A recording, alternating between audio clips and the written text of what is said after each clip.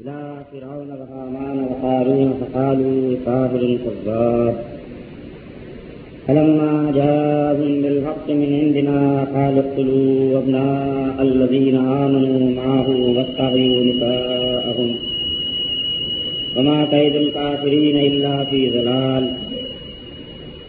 وقال فرعون ذروني أقتل موسى وليدع ربه إني أخاف أن يبدل دينكم أو أن يظهر في الأرض الفساد. وقال موسى إني عذت بربي وربكم من كل متكبر لا يؤمن بيوم الحساب. وقال رجل مؤمن من آل فرعون يكتم إيمانه وتقتلون رجلا أن يقول ربي الله وقد جاءكم بالبينات من ربكم وإن يك كاذبا فعليه كذبه وإن يك صادقا يصبكم بعض الذي يعدكم إن الله لا يهدي من هو مسرف كذاب. يا قوم لكم الملك اليوم ظاهرين في الأرض فمن ينصرنا من بأس الله إن جاءنا. قال فرعون ما أريكم إلا ما أرى وما أهديكم إلا سبيل الرشاد. میرے محترم بزرگوں اور عزیز ساتھیوں، السلام علیکم ورحمۃ اللہ وبرکاتہ۔ یہ آیات ہیں سورہ المومن کی، اور یہ سورت اللہ کے نبی صلی اللہ علیہ وسلم کی مکی زندگی میں اس وقت نازل ہوئی ہے کہ جبکہ حق کے داعی کے لیے اس بات کے منصوبے بنائے جا رہے تھے کہ ہم اس روشن چراغ کو معاذ اللہ بجھا دیں گے۔ اللہ کے باریوں کا ہمیشہ سے یہی وتیرہ رہا ہے کہ جب ان کے پاس دلیل کا جواب دلیل سے دینے کے لیے، سچائی کے توڑ کے لیے کچھ بھی کہنے کو نہیں ہوتا ہے تو اس کے بعد یہ ہوتے ہتھ کنڈے اور ناروا حربے جو ہیں وہ استعمال کرنے پر آئے۔ یہاں بھی کیفیت تھی کہ مکے میں جو جمود طاری تھا اور شرک کے دھارے پر انسانیت جو ہے وہ باپ دادا کی نیا میں بہتی چلی جا رہی۔ جب اللہ کا نبی صلی اللہ علیہ وسلم دنیا میں اسی لیے مبعوث کیا گیا ہے کہ اب اس دھارے کا رخ جو ہے میں موڑوں گا، ان کو بتاؤں گا جن عقائد اور جن اعمال پر تم نے پوجا اور پاٹ کا یہ سلسلہ جو ہے ملت ابراہیمی کے نام پر یہ ڈھونگ رچا رکھا ہے، اس کے خلاف جو ہے میں آواز اٹھاتا ہوں۔ صبح و شام دن اور رات میری زندگی کا ایک ایک لمحہ جو ہے اس بات میں صرف ہو جائے گا تو اس وقت ماحول میں اور معاشرے میں ایک کشمکش پیدا ہوگا۔ آج جو ان کو چھوڑیے جو مشرک اور کافر ہیں ان کی تو بات ہی نہیں، بات ان کی ہو رہی ہے جو اپنے کو واحد کہتے ہیں، مسلمان کہتے ہیں، اور اس کے بعد پھر معاشرے میں کوئی تلاطم نہیں پیدا ہو رہا ہے، کوئی ٹکراؤ نہیں پیدا ہو رہا ہے۔ اس کی دراصل وجہ یہی ہے کہ قرآن فہمی نے، اللہ کے نبی صلی اللہ علیہ وسلم کی زندگی نے ان کی زندگیوں کے اندر کوئی حرکت نہیں کر رہی، جمود طاری ہے بالکل۔ قرآن دنیا میں اس لیے نہیں آیا تھا کہ اس کے بعد معاشرے میں جو کچھ ہو رہا ہے، جیسا کچھ ہو رہا ہے، اس کو برباد کر لیا جائے، ماحول کے رنگ میں اپنے کو رنگ لیا جائے، حالات اور ماحول سے سمجھوتا کر لیا جائے، ایسا نہیں ہوا۔ روز اول سے اللہ کے نبی صلی اللہ علیہ وسلم اسی مکے کے ماحول کے اندر حق کے پیغام کو لے کر اٹھتے ہیں، اور آپ دیکھتے ہیں کہ برابر ماحول کے اندر تناؤ پیدا ہوا ہے، کھٹاؤ پیدا ہوا ہے، باپ بیٹے سے نالا ہو رہا ہے، بھائی بھائی کے خلاف ہو رہا ہے، بیوی شوہر سے جو ہے وہ شدت کے ساتھ مقابل آ کھڑی ہوئی، غلام ہیں، کمزور ہیں، ناتواں ہیں، لیکن اس کے باوجود جب انہوں نے اللہ کے نبی صلی اللہ علیہ وسلم کی اس دعوت حق کو قبول کر لیا ہے تو اس کے بعد پھر اپنے مجازی آقا سے برابر کشمکش انہوں نے کرنا شروع کر دیا۔ تو یہ اصل چیز تھی کہ جو اللہ کی کتاب ماحول کے اندر پیدا کرنا چاہتی، محض چند آیتیں اس لیے نہیں اتاری جا رہی تھی کہ اس پر ایمان لے آؤ اور ایک کونے کے اندر بیت اللہ کے بیٹھ جاؤ، اس کی تلاوت کرتے رہو، بس تم نے حق ادا کر دیا اسلام جس طرح آج ہے۔ اگر توحید ان کو مل بھی گئی تو اس کے بعد اب یہ نہیں کہ اس مسئلے پر جو ہے کسی سے جنگ لڑنی ہے، کسی سے اختلاف کرنا ہے، کسی سے دوستی اور دشمنی کے جو ہے پیمانے قائم کرنے ہیں، نہیں، ایک تو اور ایک رنگ ہو گئے، گھر سے مسجد اور مسجد سے گھر، اور اس کے علاوہ ان کو کچھ نہیں کرنا۔ پورے قرآن کے انداز کو آپ دیکھ جائیے جو اتر رہا تھا، ماضی میں جہاں جہاں کشمکش برپا ہوئی ہے، پرانے انبیاء ان کی قوموں کے درمیان جہاں جہاں لڑائیاں ہوئی ہیں، وہ سرد جنگ ہو اور چاہے خونی مارکے برپا کیے گئے ہوں، ان سب کو اللہ رب العزت نے اپنے وحی کی روشنی میں سمیٹ کر کے اور مکے والوں کے سامنے لا کر رکھ دیا ہے کہ یہ جو آخری جنگ ہے اور جو اس کا قائد محمد عربی صلی اللہ علیہ وسلم ہے، اس جنگ کو پھر دنیا کے سطح ہستی پر جو ہے برپا کرنا چاہیے۔ تو آج ہم بھی ایسے بدقسمت ہو گئے ہیں کہ بس قرآن کو وظیفے کے لیے، تبرک کے لیے، برکت کے لیے، محبت کے لیے، عقیدے کو اور دین کو جو ہے وہ پرائیویٹ معاملے کے طور پر ہم نے اپنا لیا ہے، اس لیے کوئی رنگ دنیا کے اندر نہیں آ رہا ہے، اپنے ملک میں جو ہے وہ کوئی راہ نہیں نکل رہی۔ آپ یقین کریں کہ ایسا نہیں ہے کہ معاشرے کے اندر توحید کے ماننے والے، سنت کے متبعین ناپید ہو گئے، ایسا نہیں، اب بھی بہت جن کے ذہن آپ کو صاف ملیں گے اور جن کے اعمال کے اندر جو اتباع سنت کی چیزیں ہوتی ہیں وہ بھی موجود ہوں گی، لیکن پھر بھی آپ دیکھیے کہ معاشرے کے اندر کوئی ہلچل نظر نہیں آتی، کوئی تحریک اٹھتی ہوئی نظر نہیں آتی، کوئی زور نظر نہیں آ رہا ہے حق کے ماننے والوں کا۔ اس کی بنیادی وجہ یہ ہے کہ ان پر جمود طاری ہو گیا، دنیا داری نے ان کو اس طرح اپنی لپیٹ میں لے لیا ہے کہ اس کے بعد ان کو فرصت ہی نہیں ہے کہ وہ حق کے معاملے کے اندر کوئی چشمت بنی کر سکیں، کوئی گرمی پیدا کر سکیں، اپنے کام سے کام ہے، وقت ماحول میں کیا ہو رہا ہے اس سے ان کو کوئی غرض نہیں، ان کی دوستی اور دشمنی کا پیمانہ کیا ہے اس سے بالکل بے پرواہ۔ حالانکہ مکے میں جب محمد عربی صلی اللہ علیہ وسلم نے دعوت کو لے کر اٹھے تھے تو آپ دیکھتے ہیں تاریخ ہمیں بتاتی ہے اور بخاری کی روایت ہمیں یہ بتاتی ہے، عبداللہ بن عمرو بن عاص رضی اللہ تعالیٰ عنہ جس کے راوی ہیں، وہ کہتے ہیں کہ میں نے وہ منظر دیکھا ہے کہ جبکہ اللہ کے نبی صلی اللہ علیہ وسلم بیت اللہ میں نماز پڑھ رہے ہیں اور عالم یہ ہے کہ خود اللہ کے گھر میں 360 خدا جو ہیں وہ براجمان ہیں، سجائے گئے ہیں، ان کے درمیان کھڑے ہو کر کے اللہ کے نبی صلی اللہ علیہ وسلم جو ہیں اپنے مالک کے حضور فریض صلاۃ جو ہے وہ ادا کر رہے ہیں۔ اتنے میں عقبہ ابن ابی معیط آتا ہے اور آنے کے بعد خود آپ کی چادر سے آپ کا گلا جو ہے وہ ٹھنڈا ڈالتا ہے اس میں اور گھٹنے لگتا ہے۔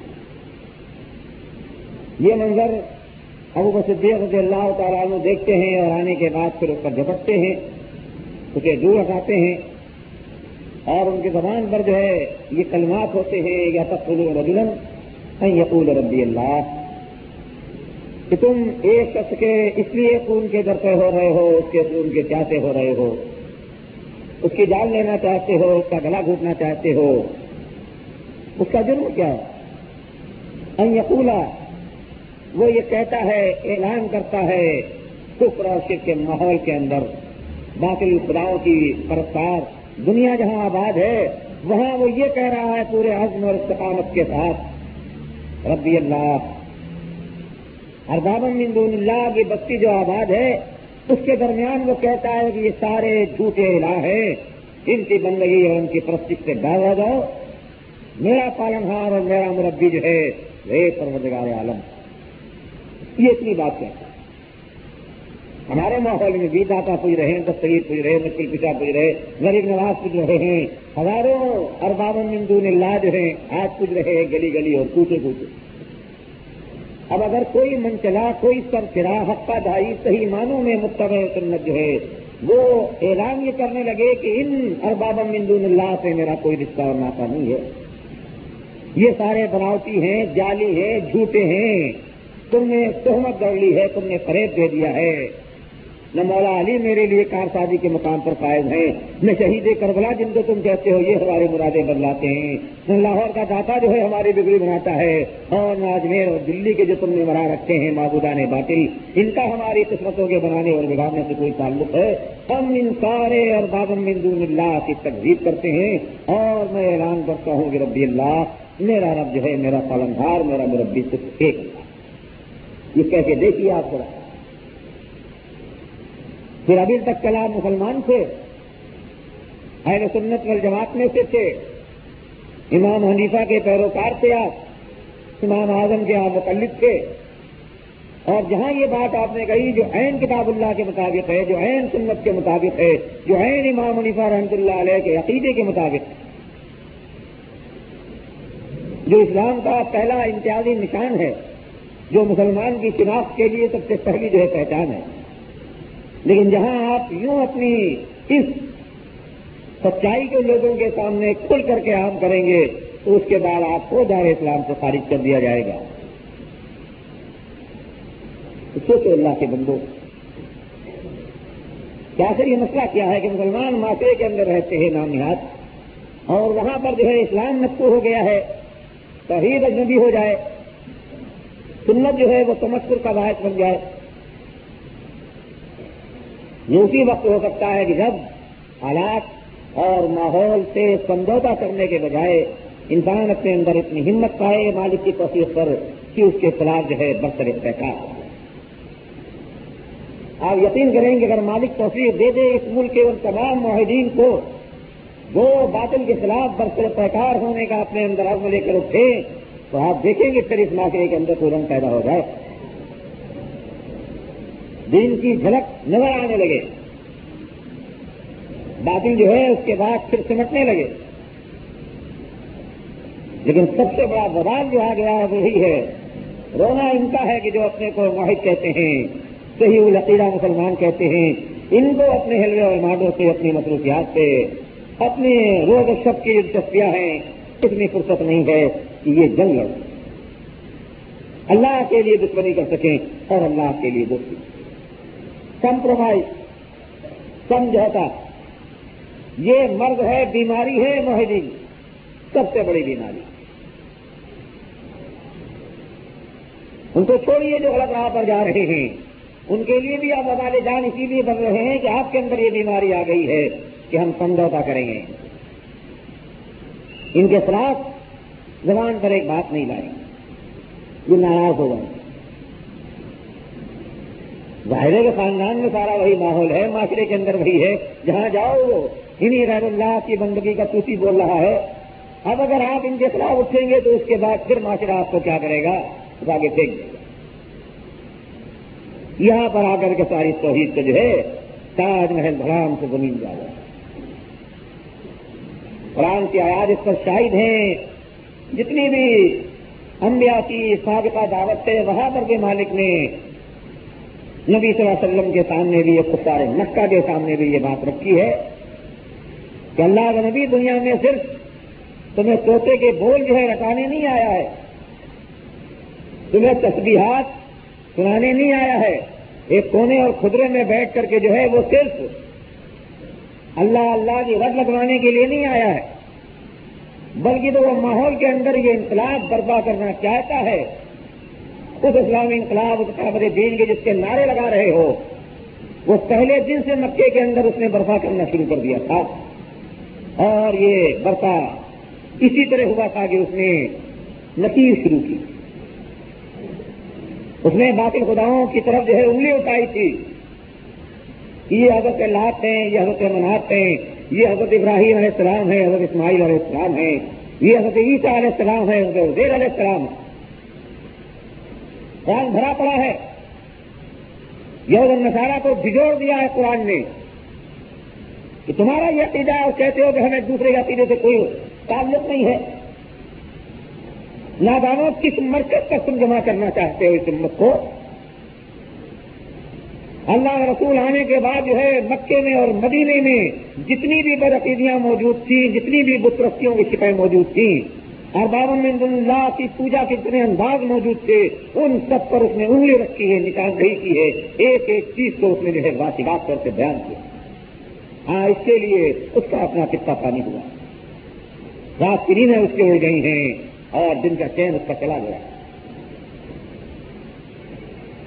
پتھر کھا رہا ہے، گالیاں سن رہا ہے، مارا جا رہا ہے، ستایا جا رہا ہے، شاعر کہا جاتا ہے، شاعر کہا جاتا ہے، دیوانہ کہا جاتا ہے، مجنوں کی بڑھ کہی جاتی ہے، کیا کچھ اسے نہیں کہا گیا۔ ہمارا دار بھی کہتے ہیں اس کو، صادق بھی کہتے ہیں اس کو، اپنے میں سب سے بہتر بھی اس کو کہتے ہیں، اپنی امانتیں بھی اس کے پاس رکھتے ہیں۔ یہ سارا ایک طرف اس کی سیرت اتنی مضبوط، اتنا زیادہ جو ہے معاشرے کے اندر وہ پاپولر ہے۔ سوچیے آپ، سیرت کے لحاظ سے، پاکیزگی کے لحاظ سے، سچائی کے لحاظ سے معاشرہ اس کو اتنا زیادہ جو ہے اپنے اندر جو ہے اعتماد کا قابل سمجھتی ہے، لیکن دوسری طرف جب وہ یہ بات کہتا ہے تو اس کے بعد پھر جو ہے پتھر آتے ہیں، گالیاں دی جاتی ہیں، راہ میں جو ہے کانٹے بچھائے جاتے ہیں، اس کی راغت ڈالی جاتی ہے، گلے میں ٹھنڈا ڈالا جاتا ہے، بچوں کو پیچھے لگا دیا جاتا ہے، پاؤں اس کا لہو لہان ہوتا ہے۔ تو اگر اس کو اپنے کام سے کام ہوتا، کسی کے عقیدے سے اس کو کوئی بحث ہی نہ ہوتی، تو اس کے بعد پھر کیا پڑی تھی دنیا کو کہ وہ اس کے راہ کے اندر حائل ہوتی؟ آپ صوفی بن جاؤ، ملنگ بن جاؤ، تمہیں کوئی کچھ نہیں کہے گا، تمہاری تعریفیں کرے گا، کتنا نیکوکار ہے، کتنا بزرگ ہے، پر وہ جو ہے اپنی تصویر میں لگا رہتا ہے، اس کو تو ہے اللہ اللہ سے کام ہے، بندوں سے اس کو کوئی کام نہیں، اللہ ہی اللہ کی لو میں لگا ہوا ہے۔ نبی اللہ کی لو میں نہیں لگا ہوا تھا، اس کا تو یہ عالم تھا کہ راتوں کو اتنا زیادہ وہ مالک سے لو لگاتا تھا کہ اس کے پیروں کے اندر جو ورم پیدا ہو جاتا، رات کو یہ تعلق تھا اس کا اپنے مالک سے، اور دن میں جو ہے وہ چھوڑ دیا کرتا تھا اپنے گھر کو، مسجد کو، اور بازاروں میں، گلیوں میں، ماحول میں انسانوں کے درمیان جاتا تھا، اور جانے کے بعد ان کے عقائد کو چھیڑتا تھا، ان کے دین پر جو ہے انگلی اٹھاتا تھا، ان کی بددینی کے پردے سارے چاک کرتا تھا۔ تو اس کے بعد پھر پہنچے پیچھے کی، یہ تم کیا کر رہے ہو؟ یہ تمہیں کیا ہو گیا ہے؟ اپنے کام سے کام رکھو گے، اس سے آج ہے جو دین بھی تمہارا، جو عقیدہ بھی تمہارا، اپنے کام سے کام رکھو بس۔ آپ بھی توحید کی اپنے کام سے کام رکھیں تو اس کے بعد آپ کو کوئی کچھ نہیں کہے گا، ہر جگہ آپ کے لیے بھی جگہ موجود ہے، ہر معاشرہ آپ کو قبول کرنے کے لیے تیار ہے، بشرطے کہ آپ اپنے کام سے کام رکھیں، اور اپنے الہ کو الہ برحق مانتے اس سے کام رکھیے، اور جو معبودان باطل کے پرستار ہیں آپ ان سے جو ہے کوئی تعلق نہ کیجیے۔ مکے والے یہی کہتے تھے کہ آؤ بٹوارا ہو جائے۔ قرآن یہی نقطۂ نگاہ پیش کرتا ہے کہ مکے والوں نے یہ بات بارہا نبی صلی اللہ علیہ وسلم سے کہی ہے کہ اس معاملے پر دونوں سمجھوتا کر لیں، تم کو اپنے الہ سے کام ہوگا، ہمیں اپنے الہ سے کام ہوگا، بندگی کے طور طریقے جو تمہارے ہیں تم خود کرو گے، جو ہمارے طور طریقے ہم کریں گے۔ آپس میں ایک خاندان رہے گا، ایک قوم رہے گی، مکے کی سرزمین رہے گی، اور ٹھاٹ سے زندگی گزاریں گے۔ تم اپنے گھر میں اپنے الہ کو پوجو گے، ہم اپنے گھر میں اپنے الہوں کو پوجیں گے، نہ ہم تمہارے الہ سے کوئی تعارف کریں گے، نہ تم ہمارے الہوں سے کوئی تعارف کرنا، نہ ہم تمہارے دین پر کوئی تعریف کریں گے، نہ تم ہمارے دین پر جو ہے کوئی نکیر کرنا۔ ساتھ ساتھ چلے گی گاڑی، معاشرے میں کوئی ہلچل نہیں مچے گی، کوئی فساد نہیں مچے گا، کوئی فتنہ نہیں پیدا ہوگا، اور یہاں تو بیوی اور شوہر کے درمیان لڑائی لڑوا رہے ہو، بھائی بھائی کو تم کاٹ رہے ہو. اصل بات یہ جو یہ سمجھتے ہیں کہ توحید کی راہ میں قدم رکھنے کے بعد، اسلام کے دائرے میں داخل ہونے کے بعد جو ہے ہم اسی طرح چلتے رہیں گے، یہ ممکن نہیں. کہ باپ دادا کے دین کے پرستار بھی ہیں، باطل الہوں کے پجاری بھی ہیں، چاچا ہے، ماما ہے، نانا ہے، خالو ہے. اب ان کے ساتھ جو ہے ساری رشتے داریاں ہیں، ساری محبتیں ہیں، ان کے جینے میں بھی، ان کے مرنے میں بھی، ان کے غم میں بھی، ان کی خوشی میں ہم برابر کے شریک ہیں. تو یہی بات تو مکے والوں نے نبی صلی اللہ علیہ وسلم سے کہی تھی کہ آج آپ چاہتے، لیکن اللہ کے نبی صلی اللہ علیہ وسلم نے اس کو رد کر اور مالک کے حکم سے رد ہوا ہے. شدت کے ساتھ آپ نے وہی سنائی خالق کائنات نے اپنے نبی کو.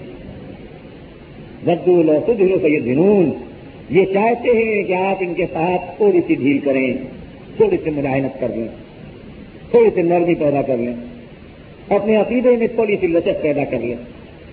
فیدھنون، یہ بھی آپ سے شیک ہینڈ کریں گے، ہاتھ ملا لیں گے، گلے مل جائیں گے. اصل مسئلہ جو ہے یہی طرح کر کے تصادم پیدا ہو جاتا ہے. قرآن تصادم کیا ہوتا ہے؟ یہ محض پڑھنے کی کتاب نہیں ہے کہ اس کو پڑھ لو، قاری آیا اور اس کے بعد سب پڑھ گیا. نہ قاری صاحب کو پتا کیا پڑھا، نہ سننے والوں کو پتا کیا پڑھا. وہ سارا کہہ گیا ہے کہ اللہ کے علاوہ جن کو تم پکارتے ہو، جن کو تم پوچھتے ہو، یہ تمہارے کام نہیں آتے، یہ قیامت تک تمہاری پکار کو نہیں سنتے. وہ سارا کہہ گیا. اور قاری صاحب بھی جو ہے انگوٹھے آپ کو لگا کر کے اور پھر یا محمد کا نعرہ لگا کے چل دیے. جو کچھ پڑھا تھا اسی کے خلاف کر رہے ہیں. پلے ہی نہیں پڑھا ہم نے کیا پڑھا. تو برکت کی کتاب ہے پڑھنے کے لیے صرف بس، اور کچھ.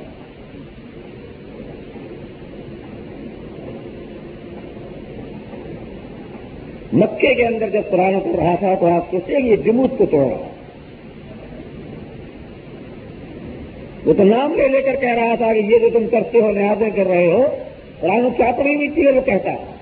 یہ اس نے کہا ہے کہ تمہاری یہ کیا روش ہے کہ تمہاری کھیتیاں پکتی ہیں، تمہارے کھجور پکتے ہیں، تمہارے مویشی ہیں، تمہیں جب نیاز دینی ہوتی ہے تم کرتے کیا ہو کہ دو حصے اس کے کر لیتے ہو، اپنی کھیتی کے بھی، اپنے کھجور کے پھلوں کے. ایک حصہ کہتے ہو کہ یہ اللہ کے لیے ہے، مالک کی رضا کے لیے ہے، پروردگار عالم کی حصولی کے لیے ہے، یہ مالک کو سونپ دی، اللہ کے نام کی نیاز ہو گئی. قربانی کا مہینہ آیا، ہماری قوم نے بھی کہہ دیا کہ یہ اللہ کے نام کے نیاز ہے، یہ سنت ابراہیم، یہ سنت محمدیہ صلی اللہ علیہ وسلم کو زندہ کرنا ہے. یہ آج نیاز ہے قربانی جو اللہ کے نام پر اس نے بسم اللہ اللہ اکبر کہہ کے جانور کے گلے میں چھری چلا. اب آدھا حصہ جو بچا ہے کھیتی کا، کھجوروں کا، پھلوں کا، کہتے تھے کہ یہ جو ہے ہمارے لات کے لیے، منات کے لیے، حبل کے لیے، ابراہیم کے لیے، اسماعیل علیہ السلام کے لیے. بٹوارا کر دیا انہوں نے. بٹوارا کیا عید الاضحیٰ میں دے دی ہم نے اللہ کے نام پر. اور اس کے بعد آخری مہینہ ہے یہ اسلامی مہینوں میں ذی الحجہ، اللہ کے نام پہ پوری قوم نے جو ہے وہ قربان کر دی. اللہ کے نام کی منت اس نے مان کر کے اللہ کے نام قربان کر دیا، سنت ابراہیم کو زندہ کر دیا. اور اس کے بعد ابھی 20 دن گزرے ہیں اسی مہینے کے کہ محرم کا چاند شروع ہوا. اب اس کے بعد اس نے کہا کہ آ جاؤ غیر اللہ کے نام پر بھی ہم دیں گے. رب حقیقی کی ہم پرستش کر چکے ہیں، اب اس کے بعد جو حسین شہید کربلا ہے اب اس کے نام پر بھی ہم پورا جشن منائیں گے. اور پھر اس نے شروع کر دیا گلی گلی کوچے کوچے جو ہے وہ جشن ہو رہا ہے شہید کربلا کے نام پر. وہ بھی یہی کرتے تھے، کوئی مختلف نہیں تھے، بالکل یہی کام ان کا بھی تھا. یہ نہیں کہ وہ اللہ کے نام کی نیازیں نہیں دیتے تھے. آپ ہی جو ہیں اعلیٰ درجے کے مشرک ہیں، ان سے سر ہیں کیا آپ دیتے ہیں؟ نہیں، وہ بھی ایسے ہی تھے، وہ بھی اللہ کے نام کی نیازیں دیتے. تصدیق چاہتے ہو قرآن اس کی شہادت دیتا ہے. اور پھر عالم یہ ہوتا تھا کہ اگر کچھ کم پڑ گیا تو اللہ کے حصے میں سے نکال لیتے تھے کہ مالک تو بے پرواہ ہے، اس کو کیا ضرورت ہے، اور اس کے حصے سے نکال کر کے غیر اللہ کو دے دیا کرتے تھے کہ ان کو دے. یہ ڈرتے تو صحیح معنوں میں ان سے تھے. وہ تو محض ایک جو ہے وہ چلا رہا تھا ایک سب سے بڑا الہ، سب سے بڑا الہ، الہوں میں سے بڑا الہ، درجہ اس کا یہ. اصلی محبت اور اصلی خوف جو ہے ان چھوٹے موٹے خداؤں سے. سوچو اگر اپنا اپنا دین تھا، اپنا اپنا عقیدہ تھا، تو نبی صلی اللہ علیہ وسلم جو ہے اسی کو لے کر کے معاذ اللہ اور مکے کے اندر ایک اسٹیٹ قائم کر لیتے، کتنی سونی اور کتنی اچھی اسٹیٹ قائم ہوتی. متعدد رہے تھے، نبی صلی اللہ علیہ وسلم کے ساتھ کسی کو اختلاف بھی نہیں تھا، سردار ماننے کے لیے تیار تھے، آپ کو بھی ہم تمہیں سردار مان لیں گے. وقت آیا تھا نبی صلی اللہ علیہ وسلم کی خدمت میں اور درخواست کی تھی کہ اگر آپ کو عمارت چاہیے، اقتدار چاہیے، تو ہم اس کے بعد آپ کو اپنا بڑا مانتے ہیں، اقتدار کی چابی ہم آپ کو دیتے ہیں اور آپ جو ہے سنبھال لیجیے مکے کے پورے ماحول کی سرداری. آپ معاذ اللہ اس کو قبول کر لیتے اور اس کے بعد کہتے تھے تم اپنے کام سے رہو، میں اپنے کام سے رہوں. لیکن ایسا نہیں ہوا. مکے کو چھوڑ دیا آپ نے، اس ماحول سے جو ہے پوری طرح سے بروکراسی حاصل کر لی ہے اور مدینے میں آنے کے بعد پھر اپنے طرز پر اس عقیدے کے مطابق جس کو لے کر آپ اٹھے تھے ایک فوج تیار کی، ایک ٹیم تیار کی، ایک گروہ تیار کیا ہے اور آ کر کے پھر آخر میں ان سے لڑا دیا. تم سے تو ہماری جنگ ہونی ہے، جو تمہارے یہاں دن ہے وہ ہمارے یہاں رات ہے اور جو ہمارے یہاں رات ہے وہ تمہارے یہاں دن ہے. سمجھوتا کیسے ہو سکتا ہے؟ ابھی تو مکے میں سب جنگ لڑی جا رہی ہے اور مدینے میں آ کر کے پھر تم سے جنگ ہونی ہے، دو بدو ہاتھا پائی ہونی ہے. تیاریں جو ہیں ایک دوسرے سے آ کر ٹکرائیں گی اور نیزوں کے جو ہے تبادلے ہوں گے. اسی بنیاد پر تم یہ کہتے ہو کہ ہمارے لیے عزا ہے اور ہم یہ کہتے ہیں کہ ہمارے لیے اللہ کے علاوہ کوئی بھی حامی اور ناصر ذات نہیں. یہ مضمون کتنی بار آپ کے سامنے آتا رہا ہے اللہ کے بندو کہ اس کی بنیاد اگر اس قوم کو کسی محور پر، کسی مرکز پر لانا چاہتے ہو اور صحیح معنوں میں ملت اسلامیہ یا امہ کا رنگ دینا چاہتے ہو تو امہ تو اسی وقت بنے گی یہ جب صحیح معنوں میں اس کو اس کے محور پر لا کر کے جمع، ورنہ یہ امہ ہے ہی نہیں. تو کہتے امہ، ایرانی بھی امہ ہے، عراقی بھی امہ ہے، دونوں امہ ہیں. امہ بن رہی ہے وزیر خارجہ صاحب کے دین ہلانے کوئی فکر نہیں ہے اور یہ امہ کی رہنمائی کرنا. تو زبان کے نام لینے سے، امہ کی رنگ لگانے سے جو ہے وہ امت نہیں ابھر جائے گی. امت مسلمہ کے یہ لچھن تھے جو آج تمہارے ہو رہے ہیں.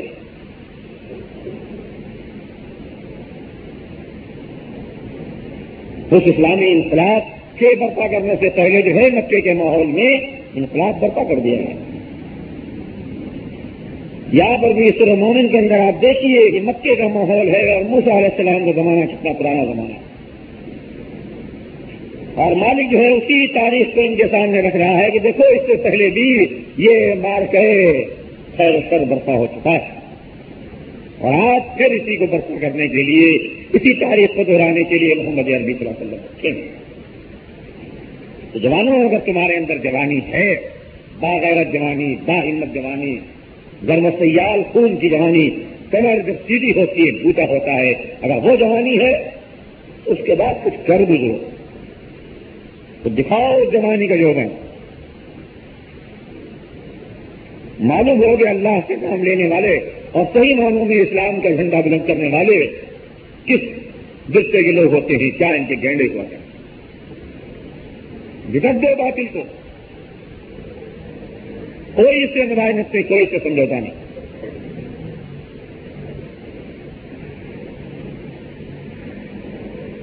مالک فرماتا ہے مکے والوں کو کہ تم اقتدار کے نشے کے اندر چور ہو، سمجھتے ہو بڑی قوت تمہارے پاس ہے اور یہ عبداللہ کا بیٹا محمد صلی اللہ علیہ وسلم جو ہے اکیلا تنے تنہا جو ہے وہ اٹھا ہے حق کے پرچم کو لے کر کے، ایک مالک کی پرستش کا نعرہ لے کر اٹھا ہے اور تم اور جب ایک اللہ کے مخلص بندے نے اس کا تذکرہ یہاں سورہ مومن میں کیا گیا ہے، وہ دربار میں سے تھا، فرعون کے کہنا چاہیے جو اس کی مشینری تھی انتظامی، اس میں کا ایک فرق ہے وہ. جب اسے یہ معلوم ہوا کہ موسیٰ علیہ السلام کی گرفتاری کے قتل کے منصوبے بن رہے ہیں، اس کو جا کر کے موسیٰ کو اطلاع دے دی کہ تم جو ہے یہاں سے چل پڑو، تمہارے وارن جو ہے کر چکے. یہ اللہ کا بندہ وہاں چل پڑا، کوئی منزل اس کے سامنے نہیں ہے، کچھ اس کو پتا نہیں کہاں جانا ہے. اور پھر وہ ساری تاریخ جو آپ کے سامنے اس سے پہلے بھی آئی ہے، سورہ قصص میں بھی آئی ہے آپ کے سامنے، کس طرح مالک نے ان پریشانات کی ہیں. مالک نے ان کو ٹھکانہ بھی دیا اور مالک نے ان کی شادی بھی کرا دی. کسی چیز سے محروم نہیں رہے، یہ کچھ بھی نہیں تھا، بیٹھا ہوا ایک کنویں کے سامنے تنے تنہا اکیلا، اور کہتا ہے مالک بھیج اپنے گھر سے، میں فقیر ہوں، محتاج ہوں، میرے لیے وہ سامان مہیا کر دے، میرے سامنے کچھ بھی نہیں، آسمان سے کوئی چیز بھیج دے میرے لیے، میں فقیر ہوں. وہ نبی اپنے کو کہتا ہے میں چاہوں میں فقیر ہوں، میرا کوئی حامی و ناصر نہیں ہے، میرے سامنے کوئی چیز بھی نہیں ہے اسباب کے لحاظ سے کہ جس کو میں سامنے رکھوں، بس میں تنہا بیٹھا ہوا ہوں اور تجھ سے جو ہے بھیک مانگ رہا ہوں تیری نصرت کی. پھر اس کے بعد مالک نے کیسا انتظام کیا، بچیاں آئی ہیں، بلایا ہے ان کو، گھر لے گئی ہیں، اور پھر ان کے والد محترم نے ایک بچی کا انتخاب کر کے ان کے ساتھ جو شادی کر، ہمت بڑھائی گئی، دلاسا دیا گیا. اور جب وہاں سے پلٹ رہا ہے تو اس کے بعد سے جو ہے اس کو نبوت کے منصب پر فائز کیا گیا، نبی بنایا گیا. ایسا اس کے ہاتھ میں ہے. اور وہی موسیٰ جو کل نکلا تھا اس خوف سے کہ میں پکڑا جاؤں گا، گرفتار کر لیا جاؤں گا، اسی فرعون کے لیے مالک کہتا ہے کہ اب جاؤ، تمہیں نشانیاں دے رہا ہوں، معجزات دے رہا ہوں، دلائل ابراہیم سے تمہیں مبین کیا گیا ہے، اور اس کے بعد اب جاؤ فرعون کے دربار میں اور جا کر کے اس کے سامنے اللہ کی بندگی کی دعوت. اوتار تھا وہ، سورج کا ایک اپنے کو سمجھتا تھا کہ مظہر ہے، قوم ہمارے سامنے جھکے، ہماری پرستش کرے. اس کا مالک تذکرہ کر رہا ہے کہ ہم نے موسیٰ کو جو ہے نشانیاں دی، معجزات دیے، اور مزین کر کے ہم نے جو ہے کس کی طرف بھیجا، الی فرعون و ہامان و قارون. تینوں معاشرے کے جو مضبوط ترین ستون ہوا کرتے ہیں ان کی طرف مالک نے تنہا جو ہے موسیٰ علیہ السلام کو حکم دے رہا کہ جاؤ. فرعون کے بارے معلوم ہے آپ کو کہ یہ مملکت کا جو ہے بادشاہ، ساری قوت و طاقت جو ہے اس کی ذات میں مرکوز ہو گئی ہے. آج کی اصطلاح میں ڈکٹیٹر کر. دوسرے نمبر پر کون صاحب ہیں؟ حامان. ذہن جس کو کہتے ہو، وزیر ہے اس کا، راہ دکھاتا ہے اس کو، مملکت کے چلانے کے رموز جو ہے اس کو بتاتا ہے. دو قوتیں ہو گئیں، ایک خود اقتدار کی قوت اور ایک ذہن و فکر کی قوت. اور تیسری کیا چیز؟ قارون، دولت کا یہ سب سے بڑا دھنی. حالانکہ یہ ہے بنی اسرائیل میں سے، موسیٰ علیہ السلام کا رشتہ دار، لیکن اسی فرعونیت کی چھاؤں میں پل بڑھ کر کے دولت اس نے بے پناہ سمیٹی ہے، اور اس کے بعد اب سرمایہ داری کا سب سے بڑا یہ نمائندہ بنا ہوا ہے. تو تینوں بڑی بڑی جو قوتیں معاشرے میں ہمیشہ جو ہیں وہ نظم اور نسق کو چلانے والی ہوتی ہیں، جن کے پنجے بڑے شدید ہوا کرتے ہیں. ایک دولت والوں کے، ایک جو صاحب اقتدار ہوتا ہے وہ، اور ایک مشینری ہوتی ہے سیکریٹری. تو آج ہمارے سیکریٹری سارے الٹ پھیر یہی کر رہے ہیں. ملک میں جتنا بھی کالا دھن ہے، ملک میں جتنی بھی بےمانیاں ہیں، ملک میں جتنے بھی اونچ اور نیچ ہے، یہ سب یہی سیکریٹریٹ کر رہا ہے، بیوروکریسی کر رہا ہے. اس وقت بھی یہ تینوں تھے جو مملکت پر چھائے ہوئے تھے. مالک موسیٰ علیہ السلام سے کہتا ہے کہ جاؤ ان تینوں کے پاس جا کر کے اللہ کے دین کی دعوت کرو. کوئی بات ان سے نہیں کی گئی، ابتدا یہی سے ہو رہی. انہوں نے کیا کہا؟ فقالوا ساحر کذاب. معجزات دیکھے ہوں گے، نشانیاں دیکھی ہوں گی. ایسا پھینکتا ہے اور اس کے بعد جو ہے اژدہا بن جاتا ہے، ہاتھ نکالتا ہے گریبان سے اور اس کے بعد چمکنے لگتا ہے. کیا تعارف تھے؟ تینوں نے کہا ساحر، یہ نبی نہیں ہے، یہ معجزہ نہیں ہے، معاذ اللہ، یہ جادوگر ہے اور جادو کے زور سے یہ کام کر رہا ہے. تو پہلی تو بات جو لائی کہ اس کے معجزے کو کیا انہوں نے کہا؟ یہ ساحر ہے، سحر کے زور سے یہ کام کر رہا ہے. اور نبوت کا جو مدعی بنا ہے اس کی تردید کرتی کذاب، پرلے درجے کا معاذ اللہ جو ہے یہ جھوٹا ہے. خواہ جو ہے وہ اپنے بارے میں نبوت کا جو ہے دعویٰ کرتا ہے، اس میں کوئی حقانیت اور کوئی سچائی جو ہے معاذ اللہ نہیں. یہ جواب تھا ان کا. پھر مالک فرماتا ہے فلما جاءہم بالحق من عندنا،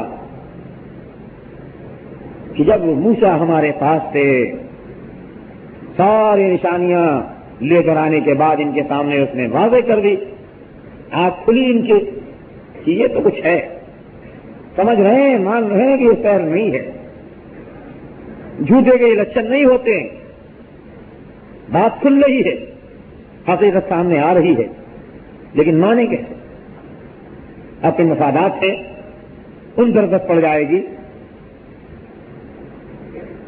اللہ کے بندو، یہ مولوی اگر چھوڑ دے یہ کاروبار جو آج اس نے بے دینی میں چلا رکھا ہے، تو اس کو یہ غم تھوڑے ہے کہ یہ شرک چھوٹ جائے گا، یہ غم اس کو نہیں. اس کو حسین سے محبت نہیں ہے، علی سے محبت اس کو نہیں ہے. یہ حسین اور علی کے غم میں تھوڑے یہ مولوی مرا جا رہا ہے، تو اپنے پیٹ کا غم ہے. یہ جانتا ہے اگر میں نے یہ سب چھوڑ دیا، محرم، چہلم، تیجا، 40واں، 11ویں، 12ویں، رجب، کنڈے، شبرات، یہ سارا اگر میں نے چھوڑ دیا تو اس کے بعد جو ہے پھر میرا کیا بنے گا؟ کیا کھاؤں گا میں؟ میرے بچے جو ٹھاٹ سے زندگی گزار رہے ہیں ان کا آخر کیا ہوگا؟ اصلی مسئلہ یہ ہے. عوام الناس کا مسئلہ کچھ اور ہو سکتا ہے، لیکن یہ جو بے دینی پھیلا رہا ہے اس کی وجہ یہ ہے کہ یہ سمجھتا ہے کہ میرا کیا ہوگا، میرا تو سارا دار و مدار جو ہے معاش کا اسی پر ہے. اللہ تللے ہو رہے ہیں. سب سے زیادہ ان ایکٹیو، سب سے زیادہ غیر فعال معاشرے کے اندر جو ہے آج کون سا ہے؟ مولوی. سب اس کے پسینہ کبھی نہیں آتا، کچھ بھی اس کو نہیں کرنا ہے.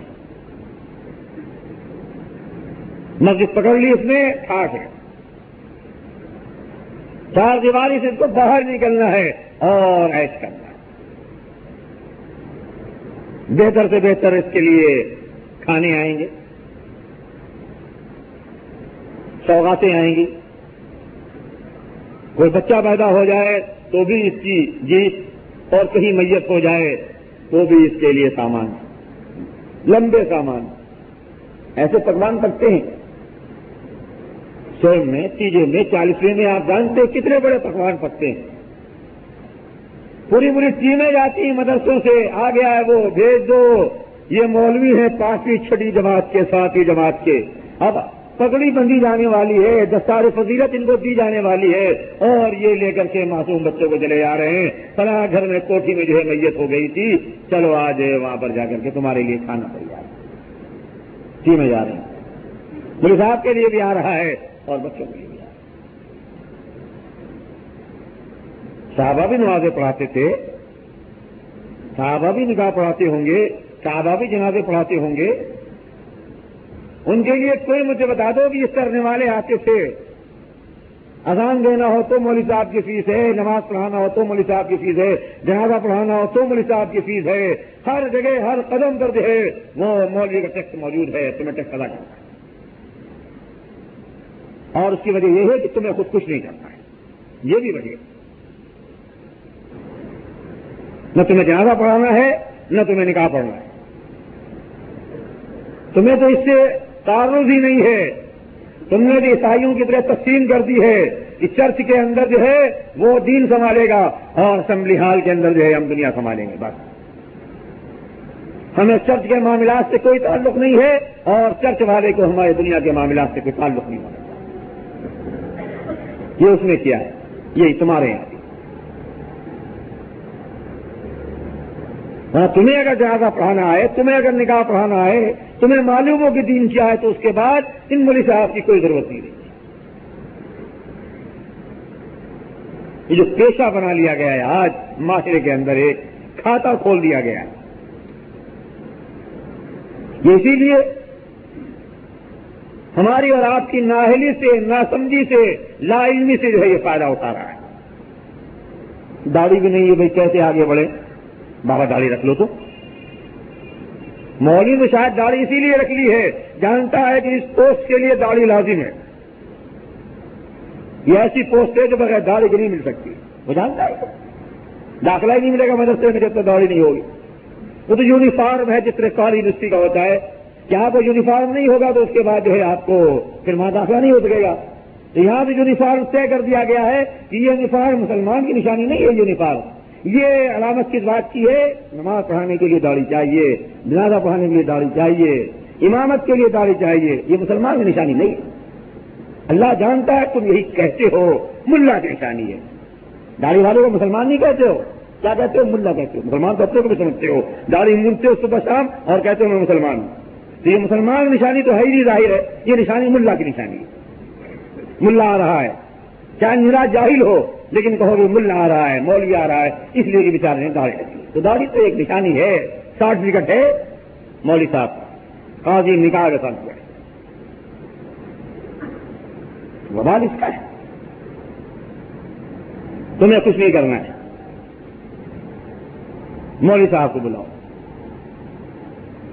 اور مولوی صاحب بھی جانتا ہے کہ ہمارے بغیر کام نہیں ہوتا ہے, تو اس نے بھی جو ہے پورا جھنڈا چلا دیا. ورنہ اس کو اس سے کیا غرض ہے؟ غیر اللہ کے نیازیں ہوں یا کس کے نیاز, کوئی اس سے سروکار نہیں. آپ یقین کیجیے ان میں سے ایک ایسا نہیں ہے کہ جس کا واقعتاً یہ دین ہو. ایک دن میں ایسا نہیں ہے.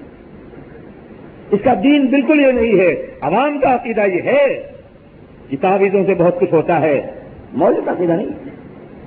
تو بیٹھا ہوا کہ ہماری میں جو لکھ رہا ہے اس کا عقیدہ تعویذ پر نہیں ہے.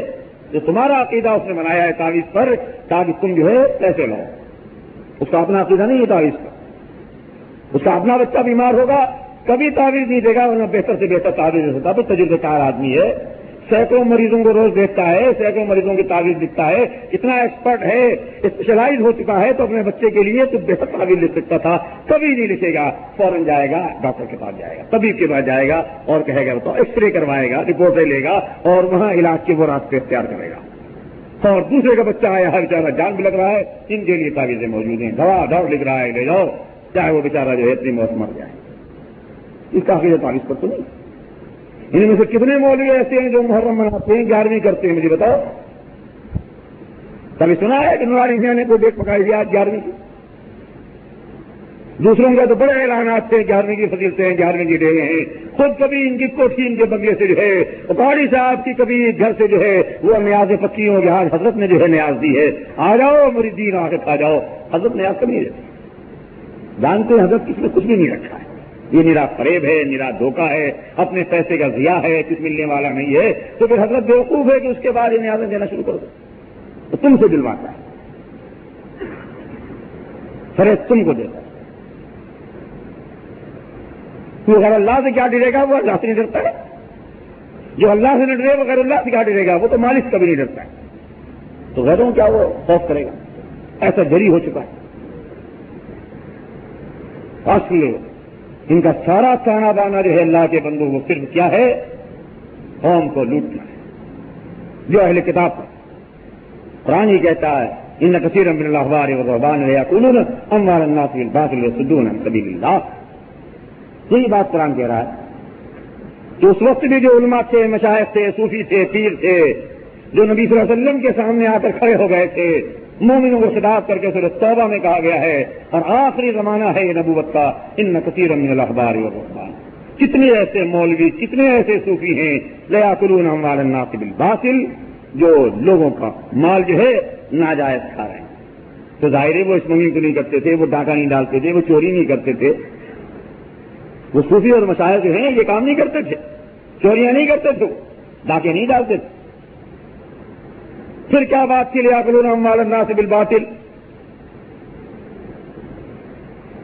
پھر کیوں قرآن کہہ رہا ہے کہ یہ باطل طریقے سے کھا رہے ہیں, لوگوں کا مال کھا رہے ہیں, یہ لوگوں کا مال.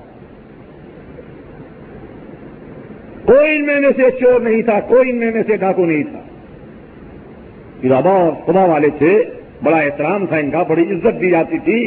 ان کے لیے تو یہ وہی چیز تھی کہ بے دینی کا یہ معاشرے کے اندر جو ایک دھندا چلا رہے تھے, کاروبار چلا رہے تھے یہ دین کے نام پر, اور لوگوں کے مال جو ہے ہڑپ ہو گئے.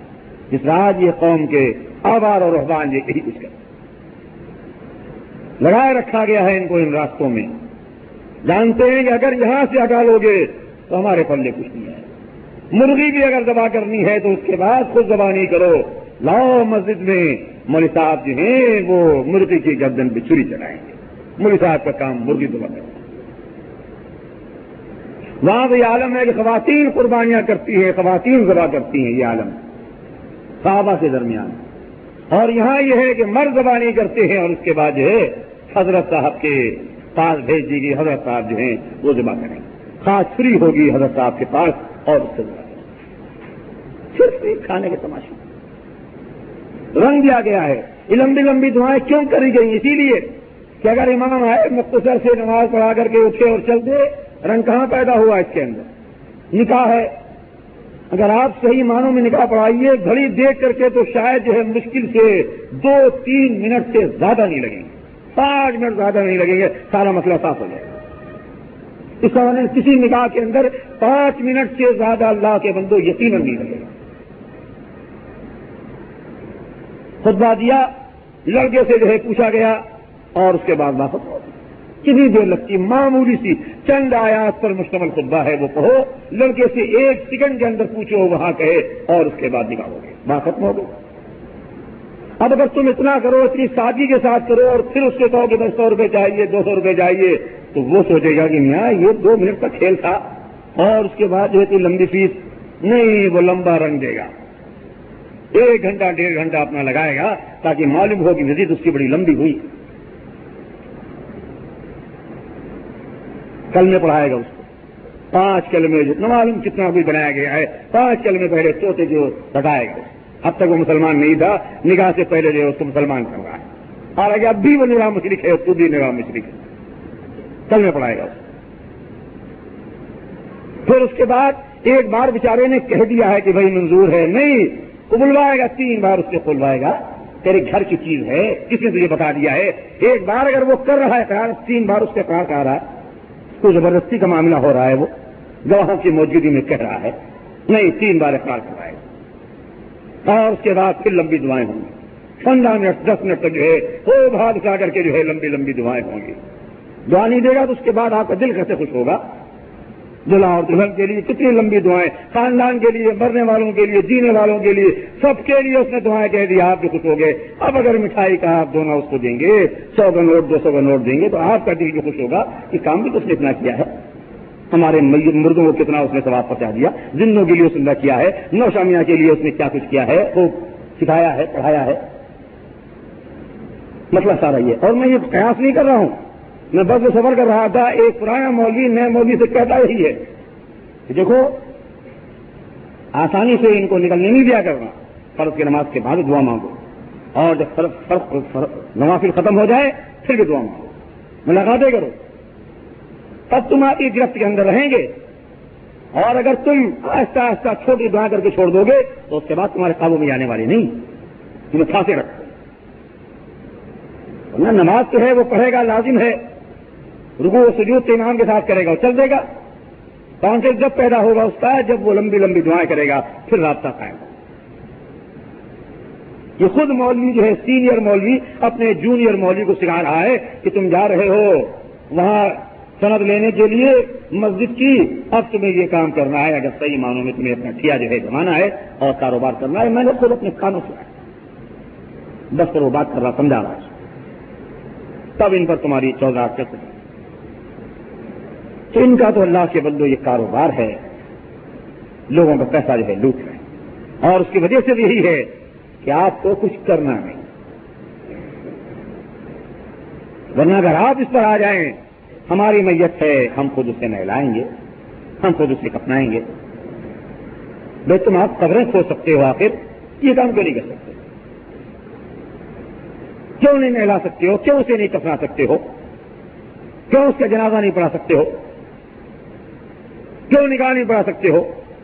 کیوں ڈھونڈ کی تلاش کیوں ہوتی ہے کہ مولوی صاحب کو ڈھونڈو؟ کیوں اس کی تلاش؟ بچہ ہو جائے اذان کے لیے مولوی صاحب کو ڈھونڈو. کیوں مولوی صاحب کو ڈھونڈو گے؟ آپ مؤذن کیوں نہیں ہیں؟ آپ تو دنیا میں منادی بنا کر بھیجا گیا ہے.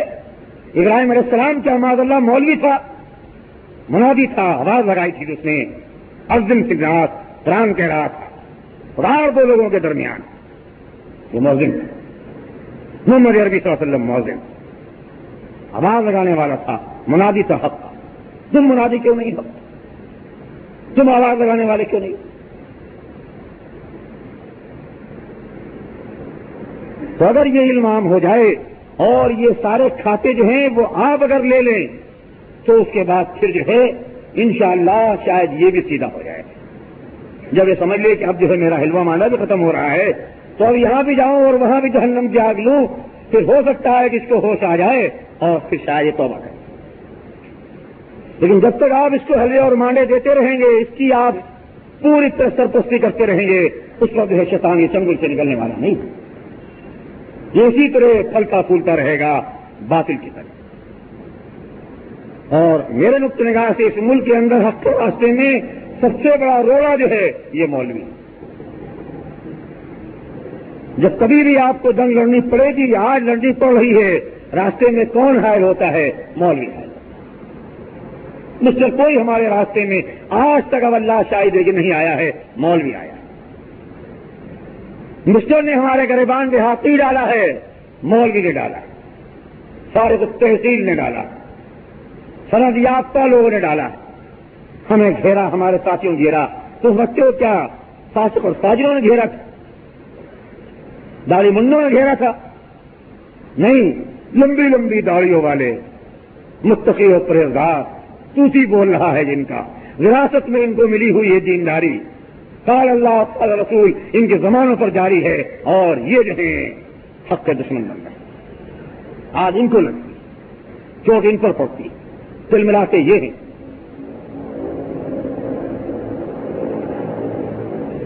ہمیشہ ہر دور کے اندر مدنی زندگی میں نبی صلی اللہ علیہ وسلم کو جن لوگوں نے اللہ کے بندو شدید ترین اذیت پہنچائی ہے وہ یہی آبار اور رہبان.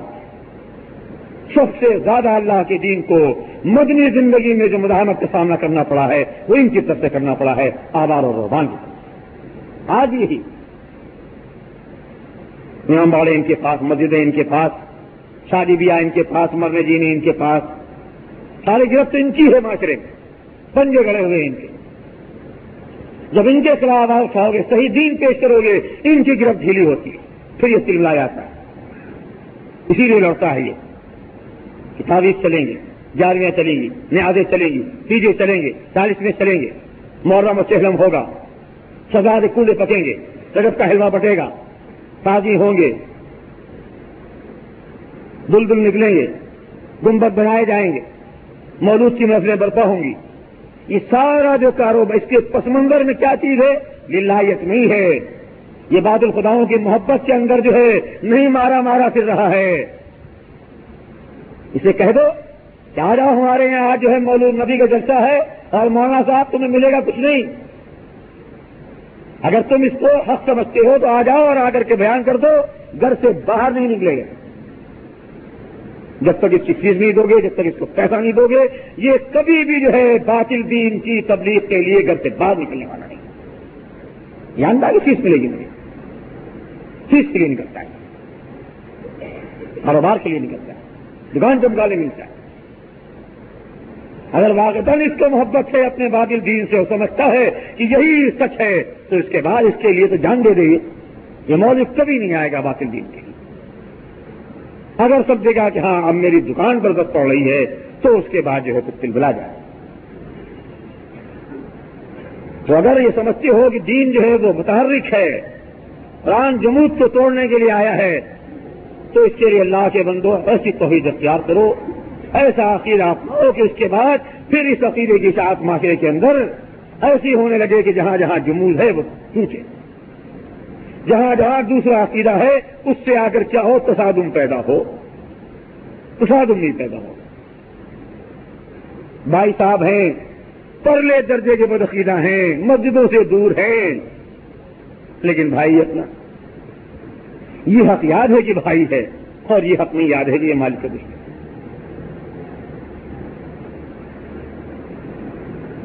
یہ حق سب کو یاد ہے کہ بھائی ہے میرا، چلو بھائی تمہارا بھائی ہے، لیکن یہ تو سمجھو کہ یہ مالک کا دشمن ہے. دونوں چیزیں ساتھ ساتھ لے کر چلو. ہم مانیں گے تم نے ایک بات کر لی کہ بھائی ہمارا بھائی ہے اور بھائی کے کچھ حق ہوتے ہیں، ٹھیک ہے بھائی، بھائی کے حق ہوتے ہیں، یہ پہلے تم نے لے لیا، اور مالک کا جو حق تھا، مالک کی دشمنی جو یہ کر رہا تھا، اس کو تم نے پسند نہ کر. پڑوسی ہے، پڑوسی کا حق ہے، ٹھیک ہے، لیکن یہ بھی تو حق ہے کہ اللہ کا بدترین دشمن ہے، اس پر دل چوٹ لگاؤ، اللہ کے لیے دشمنی کرو اس سے. لیکن نہیں، پڑوسی ہے، پڑوسی کا بڑا خیال ہے. حدیثوں میں کتنی اس کی فضیلت بیان کی گئی ہے، قرآن میں کتنی اس کو دعوت دی گئی ہے. ٹھیک ہے بھائی، حق بتایا گیا ہے، لیکن اس کے خلاف بھی تو قرآن نے کہا ہے. مکے میں جو دشمن گنی ہوئی ہے، پڑوسی نے پڑوسی کے خلاف آواز اٹھائی ہے. ابو لہب نبی صلی اللہ علیہ وسلم کا حقیقی چچا ہے اور پڑوسی ہے نبی صلی اللہ علیہ وسلم کا. دونوں رشتے ہیں جو قرآن سورہ نساء بیان کرتا ہے، پڑوسی بھی ہے اور چچا بھی. لیکن اس کے بعد قرآن نے کیا کہا؟ تبت یدا ابی لہب. کیسے چچا ہے، پڑوسی ہے، بھائی سے کچھ نہ کہو، کتنا اس کا حق ہے، نہیں، صاف کہہ دیا گیا. وہی کی الفاظ میں قیامت تک کے لیے تلاوت جو ہے اللہ کے بندوں متعین کر دی گئی. یہ بددعا اس کے لیے مقرر کر دی گئی کہ اس کے دونوں ہاتھ ٹوٹ گئے. یہ سزا کے خلاف جو ہے بات عام کر دی. دشمن حق ہے، اللہ کا باغی. یہ دونوں چیزیں ساتھ ساتھ چلیں، تب جو ہے صحیح معنوں میں پھر بات صحیح ہوتی. لیکن نہیں، جو ہمارا الو سیدھا کرے وہاں پر جو ہے اماں جان کا یہ حق ہے اور بھائی جان کا یہ حق ہے، اور بھائی جان کو کوئی پرواہ نہیں ہے، دکان کھولے بیٹھے ہیں، کاروبار چمکا رہے ہیں، 5 وقت کی نمازیں جا رہی ہیں، مگر بھائی جان ہے میرا، پیارا بھائی جان ہے. کیسا بھائی جان ہے تمہارا؟ کیسا تمہارا ماموں جان ہے؟ تو یہ جو مداحنت ہو رہی ہے معاشرے میں، یہ جو ہے اللہ کے بندوں توحیدیوں کے اندر کوئی قوت اور کوئی طاقت جو ہے نہیں پیدا ہونے دے رہی ہے. تو ہم اپنے سے کہتے ہیں، اپنے ساتھیوں سے عرض کرنا ہے کہ اللہ نے آپ کو توفیق دی ہے صحیح معنوں میں اگر اس کلمہ توحید کے صحیح سچے اقرار کے لیے، تو اس کے بعد اللہ کے بندوں کو یہ رنگ آنا چاہیے. ان سے ملو، ان سے محبت کرو، ان کے جینے اور مرنے میں شامل ہو، ان کے ساتھ تمہاری دوستی ہو جو صحیح معنوں میں اسی راہ کے راہی ہیں، اور جو اس راہ کو سمجھ چکے ہیں، جان چکے ہیں، اور پھر بھی جو ہے ساحل سے تماشا دیکھ رہے ہیں، ان سے جو ہے گلو خناسی کرو. یہ بالکل ٹھیک الفاظ میں اگر آپ سننا چاہیں تو یہ منافقی، یہ وہ گروہ ہے منافقی جو مدینے کے اندر بالکل یہی لوگ موجود تھے. دیکھ رہے تھے کہ بھائی کا قافلہ لٹ رہا ہے، لیکن یہ مدینے کے اندر آرام کر رہے تھے. دیکھ رہے تھے کہ بدر میں صحابہ کا خون بہ رہا ہے، کلمہ گو مسلمانوں کا، اور یہ بھی کلمہ گو تھے، اور اس کے بعد یہ مدینے کے اندر ٹھنڈی چھاؤں میں زندگی گزار رہے تھے. یہ کلمہ گو مسلمان تھے سارے کے سارے، بغا میں خود. یہ دیکھ رہے تھے بدر میں خون بہ رہا ہے اور یہ اپنے گھروں میں آرام سے رہ رہے ہیں. بدر خندق میں آندیاں چل رہی ہیں اور یہ ایسی باتیں بجا رہے ہیں اپنے بال بچوں کے درمیان. یہ منافقین کا رنگ. یہ رنگ اپنے اندر پیدا کرو، مداحنت کا نہیں، مزاحمت کا. ہمارا دوست وہی ہے، ہماری محبت اسی سے ہے. ہر جگہ ہماری کوشش یہ ہونی چاہیے ہمارا سرکل دوستی اور چنتا ہو جو معاہدین ہے. ہاں، دعوت پہنچانا ہو، ٹھیک ہے، ہم مشرک کافر کے پاس بھی جائیں گے، بدعقیدہ پاس جائیں گے، بڑی انکساری کے ساتھ اس کے سامنے دین حق پہ بات رکھیں گے. لیکن جب حجت تمام کر لیں گے، سمجھ لیں گے کہ بات کھول کر کے 6 مہینے میں، سال بھر میں سارے زاویے ہم نے دین کے اس پر واضح کر دیے ہیں، اور اب یہ کب حجتی پر اتر آیا ہے، مانگ کر نہیں دیتا ہے، یہ ضد کر رہا ہے، حالانکہ کوئی چیز ابھی بھان نہیں رہی ہے، پھر اس کے بعد جو ہے برات کر دیں گے. تمہارا دین تمہارے لیے، ہمارا دین ہمارے لیے، پھر برات کا اعلان صاف. یہ رنگ پیدا ہو جائے تو آپ دیکھیں پھر قوت ابھرے گی. آج یہی نہیں ہو رہا ہے.